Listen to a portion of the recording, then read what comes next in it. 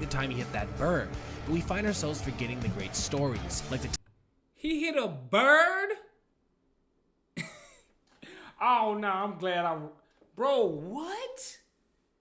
I'm glad I'm watching this. Like, I watched baseball growing up a little bit. I know players, Derek Jeter. I know a lot of players, but I ain't really into it like that. So, Randy Johnson, I never knew nothing about Randy Johnson. So, we here for it. This nigga hit a bird? Hold on. He must have had that heat seeker. Hold on. He 5,000 was cute. strikeouts, 303 wins, and 5 Cy Young Awards. You may remember the highlights, like the time he hit that bird, but we find ourselves forgetting the great stories, like the time he won Game 6 of the World Series against the Yankees, then came back the very next day and won Game 7 at age 38, or how Johnson went from a gangly near bust of a pitcher with the Montreal Expos in his mid-20s to perhaps the greatest left-handed pitcher of all time. Well, now it's time to age 38, or how Johnson went from a gangly near bust of a pitcher with the Montreal Expos in his mid-20s to perhaps the greatest left-handed pitcher of all time. Well, now it's time to jog our memory, to appreciate the glory of baseball's big unit. Step right up to the plate with us, if you dare.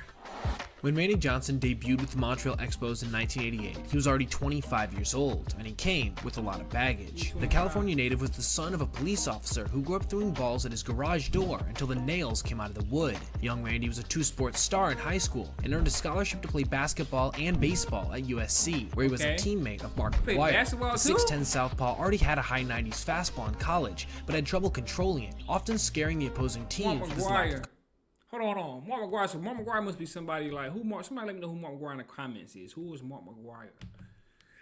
90s fastball in college, but had trouble controlling it, often scaring the opposing teams with his lack of command. This tradition started early, and it wouldn't get any better for him after the Expos drafted Randy in the second round in 1985. He continued to struggle with his control, walking an astounding 128 batters at AA Jacksonville. In fact, the young hurler was so wild that while rehabbing from an injury, his pitching coach had to obtain a department store mannequin to stand in the batter's box while Johnson threw simulated games. His teammates were too afraid to do so. But his fastball wasn't all that he had trouble controlling. During a game with AAA Indianapolis in 1988, Johnson injured his pitching hand after trying to catch a ball smashed up the middle. Worried that his pitcher might have a broken knuckle or something, Johnson's manager removed him from the game. Randy was not happy about that, so what did the irate Johnson do? He threw a right-handed punch at the bat rack, breaking his non-pitching hand. It turned out that his pitching hand was fine, but the punch caused him to miss 2 months of that season. When Johnson finally debuted with the Expos in September of 1988, he immediately became the tallest player in Major League Baseball history up to that point, at 6'10". But that was about the only way to stay. I knew he was, bro. I'm knowing he was already, bro. He looked like it. Hold on. So, damn. So they said he was bad. He couldn't control that fast thing. Because he was winding. Well, when Johnson finally debuted with the Expos in September of 1988, he immediately became the tallest player in Major League Baseball history up to that point, at 6'10". But that was about the only way he distinguished himself at first. His 98-mile-per-hour fastball and his hard, exploding slider were definitely big league pitches, but with no discernible control over them, he wasn't able to effectively retire big league batters consistently. He walked as many men as he struck out in 1989, before the Expos decided to deal him to the Mariners mid-season as part of a 5-player deal that landed them all-star left-hander Mark Langston. It was an understandable trade at the time, but one that Expos fans would later come to regret, much like the trade that sent another Hall of Famer, Pedro Martinez, to the Red Sox 10 years later in 1998. Yeah, that's right. In an alternate reality, the Expos had prime Johnson and Martinez in their rotation. I don't even know who Martinez is. Somebody let me know in the comments who is number 37 for the Expos, Martinez. So let me know, bro, because I'm guessing he's probably one of them ones too. So they traded away 2 Hall of Famers. See, that's why you gotta be patient. Be patient. But bro, that's crazy. Before he left the Expos, however, Johnson did earn something of note, his awesome nickname. While shagging batting practice, Randy collided head-on with his smaller Expos teammate, Tim Raines. Raines looked up at the much taller Johnson and remarked, "You're a big unit," and the name stuck. For the next 3.5 years with the Mariners, the big unit continued to struggle with his consistency, posting ERAs near 4 with nearly 150 walks a season, netting him ERA plus marks no greater than 108 in any of these seasons. For reference, an average ERA plus is 100. But Johnson did show flashes of utter dominance, like on June 2nd, 1990 at the Kingdome in Seattle. Versus the Tigers that night, Randy threw the first ever no-hitter in Mariners franchise history. He threw a no-hitter? Talking about how I mean, he was walking a lot of people, but throwing a no-hitter, bro. striking out 8, although even this performance couldn't escape his control woes. He still walked 6. The man who would retire with 303 victories had just 48 by the age of 28. And by 1992, it looked like Randy Johnson might not be in the big leagues long enough to earn that many more. Tall pitchers who have bad command and rely almost solely on velocity don't generally age well after all. Then came some timely advice from another hard-throwing ace who knew a little something about control problems. It was August 1992. Randy Johnson was on his way to yet another 500 season with the Mariners, in which he led the league in walks. So, during a Mariners-Rangers series at the Kingdome, he decided to seek out the advice of a future Hall of Famer and fellow fireballer, Nolan Ryan. Ryan had been a late bloomer as well, one that had struggled with walks massively early in his career. He knew exactly what Johnson was going through. So, what did Ryan have to say? Well, for starters, he suggested that Johnson make a few adjustments to his mechanics, including landing on the ball of his right foot and not the heel as he strode towards the plate. This would keep his momentum going to home plate instead of third base, and hopefully improve his control. He also offered some much-needed words of encouragement to the big lefty. Later that season, in late September, the retooled big unit faced his mentor at Arlington Stadium in Texas. Johnson threw 160 pitches and struck out 18 Ranger hitters. He would never again be the same pitcher. Johnson also found some additional resolve that offseason from a more personal source. His father, Bud, had died from heart issues that Christmas while Randy was en route to the hospital. He never got to say goodbye to his father, and later said that from that day forward he realized that baseball was just a game. It wasn't life or death, and he resolved to be the best player he could be. And boy, was he ever good. So Randy Johnson has it all going for him tonight. In 1993, the new and improved Johnson went 19-8, leading the AL with 308 strikeouts and finishing second in the league's Cy Young voting. His ERA plus jumped almost 30 points all the way up to 135. On top of all of this, he managed to walk just 99 hitters, his first full season with less than 100 walks allowed. After a dominant strike-shortened 1994 season in which he K'd 208 in just 172 innings, the big unit had his best season to date in 1995. Going 18-2 with 294 strikeouts, along with leading the league with a 2.48 ERA. This all culminated in his first and only AL Cy Young Award. Johnson also pitched the Mariners into and through the playoffs that year, beating the Angels 9-1 in a one-game playoff, before beating the Yankees in Game 3 of the divisional series, and returning in Game 5 to pitch 3 innings of relief as the Mariners won the game in 11 innings and the series. Johnson and the Mariners' magical season came to an end against the Indians in the ALCS, but the team, armed with their newly minted left-handed ace, were now bona fide perennial contenders in the AL. Flash forward to the 1993 All-Star Game at Camden Yards. The Phillies' left-handed slugger John Kruk comes up against Johnson in the top of the third inning, and the big unit lets go of a 98-mile-per-hour fastball that would have took somebody's head off. Soars over Kruk's head.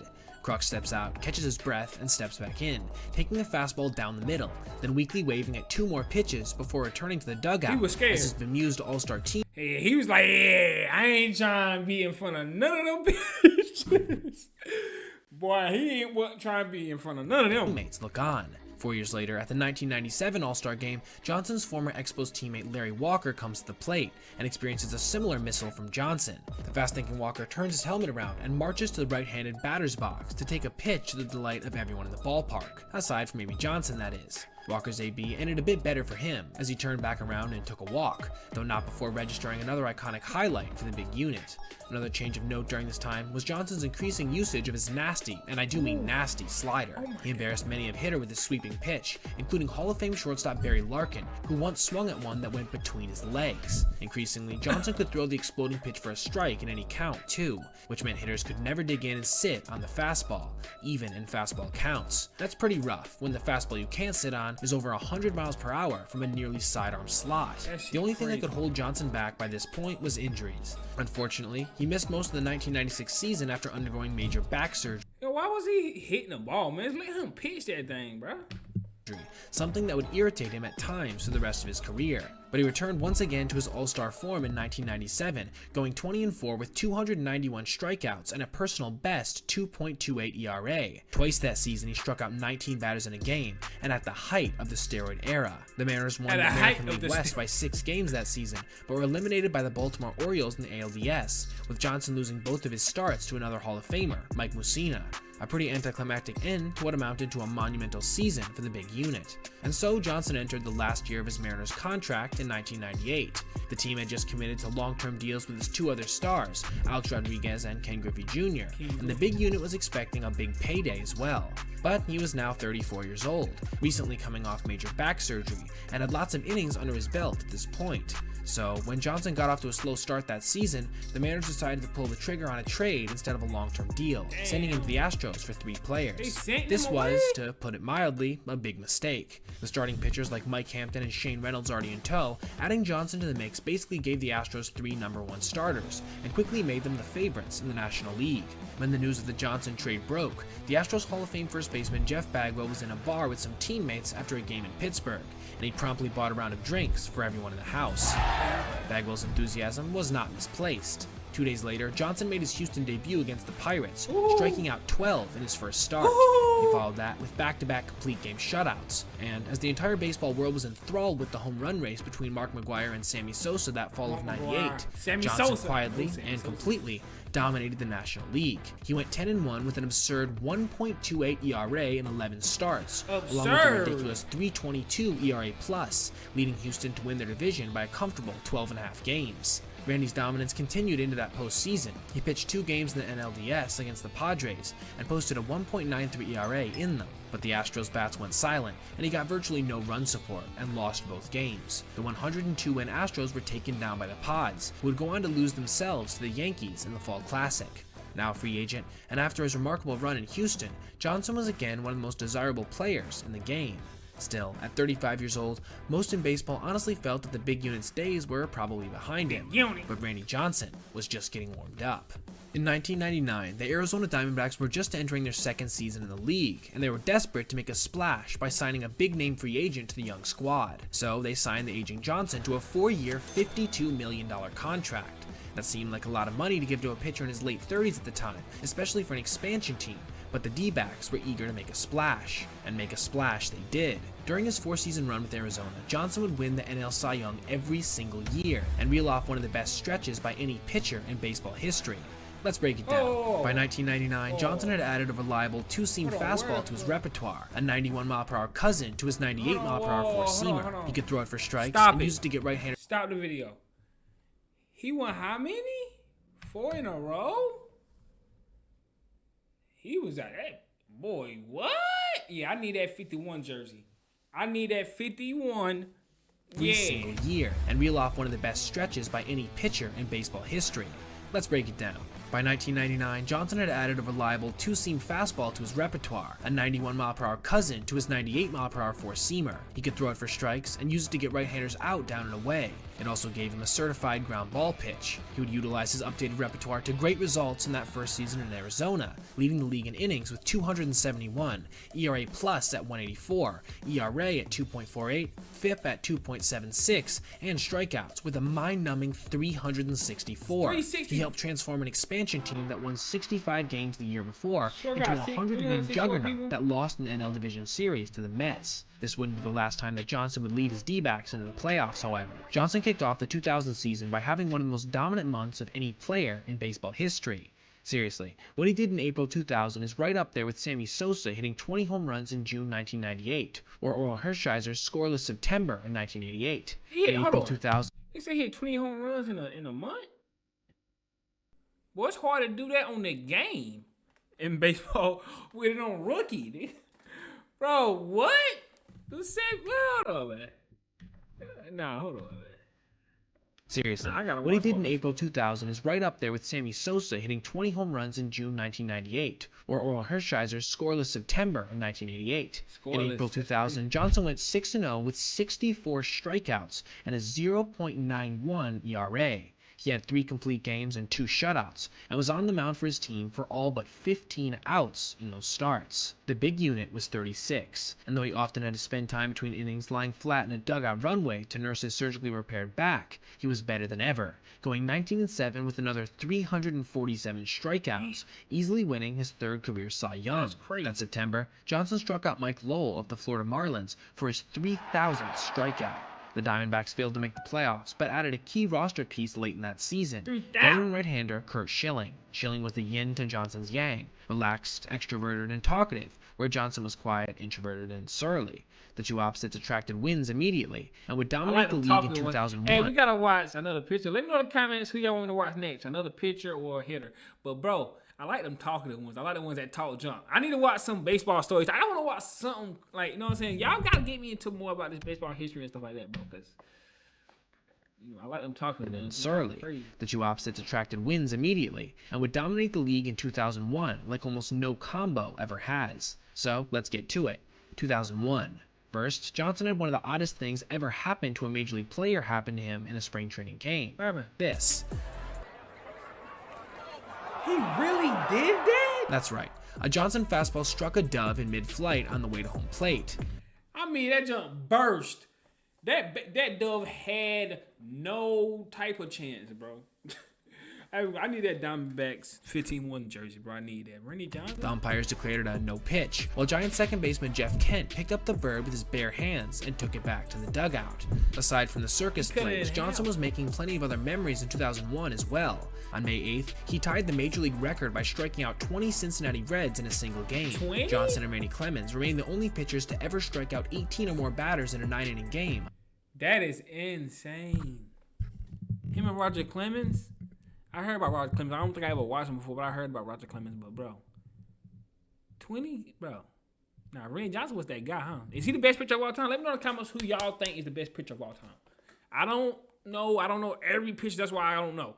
But is Randy Johnson who? Is he in your top 5 pitchers? Who is the best pitcher of all time? 3 separate occasions. That 2001 season, Johnson struck out a personal best 372 batters, behind only Nolan Ryan and Sandy Koufax for the single season record. More than 37% of the hitters that Johnson faced that year were set down on strikes. And he faced a ton of hitters, 994 to be exact, and route to pitching almost 250 innings. He had a 21-6 record with a 2.49 ERA, winning his 4th Cy Young Award. But most importantly, he and Curt Schilling, also a 20-game winner, led the Diamondbacks to a division crown and berth in the World Series against the New York Yankees. That's when things would truly get nuts for Randy. In Game 2 of the series, Johnson threw a 3-hit shutout. In Game 6, with the Diamondbacks trailing 3-2, Johnson won his second game with another solid outing. And then, in Game 7, with the Yankees taking a 2-1 lead into the 8th inning, Johnson came out in relief on 0 days rest and retired all 4 batters he faced to keep the game close. And so, when this happened, Johnson was the pitcher on the hook for the win, picking up his 3rd victory of the series. It was a magical championship for Arizona, and perhaps even more so for the big unit. Johnson followed this up with perhaps the best full season of his career in 2002, going 24-5 with a 2.32 ERA, 195 ERA plus, and his 5th straight 300K season, finishing with 334 punchies. He claimed baseball's pitching triple crown en route to his 4th straight Cy Young. 4 straight Cy Youngs, pitching crown, championship. It's going to be hard to say he ain't the GOAT. I got to see something that's more impressive. If y'all going to send me a video or say somebody in the comments that's more impressive than this, then that's crazy. And 5th overall. In 2003, Johnson had arthroscopic surgery on his right knee, cutting off a season in which he struggled overall relative to his first 4 years in the desert, putting up an ERA in the 4s for the first time since 1989. He would massively rebound in 2004, however, again leading the league in strikeouts with 290 while winning 16 games with a 2.60 ERA. He also became, at 41, the oldest pitcher in baseball history to throw a perfect game during a May 18th matchup with Atlanta. Johnson struck out 13 Braves on this faithful day, with his 117th and final pitch being clocked at 98 miles per hour. After the 2004 season, the Diamondbacks decided to cut some salary. I'm talking about he be throwing heaters. I'm talking about I know his arm. How many surgeries he had on his arm? Please, somebody tell me in the comments. Because ain't no way he had no surgeries on that arm. He throwing 100 pitches, 200 pitches, 98, 100 miles per hour every so they traded the now 42-year-old legend to the New York Yankees for 3 prospects. It was somehow his first time pitching for a big market team. Johnson won 17 games in 2005 and 2006 for the Yankees, who won the AL East both seasons. However, during this period, his ERA ballooned almost a full 2.5 runs from where it was with Arizona, all the way to exactly 5 at the end of his final season with the Yanks. During that offseason, Johnson had lower back surgery yet again, before being traded back to the Diamondbacks for 4 players in 2007. He made just 10 starts that season, thanks to more back surgery, putting up solid if unspectacular numbers in the games he did pitch, and then followed it up with an 11-10 season with a 3.91 ERA in 2008. He finished his career with the Giants the following season, notching his 300th career win in a game versus the Nationals. He was 45 years old at the time, and so a legendary career came to an end. 22 big league seasons, 303 wins, a 3.29 ERA, 5 Cy Youngs, a World Series championship, a 10-time All-Star, all while striking out 4,875 batters, second to only Nolan Ryan all time. And Nolan Ryan? Bro, who struck out more than that many, bro?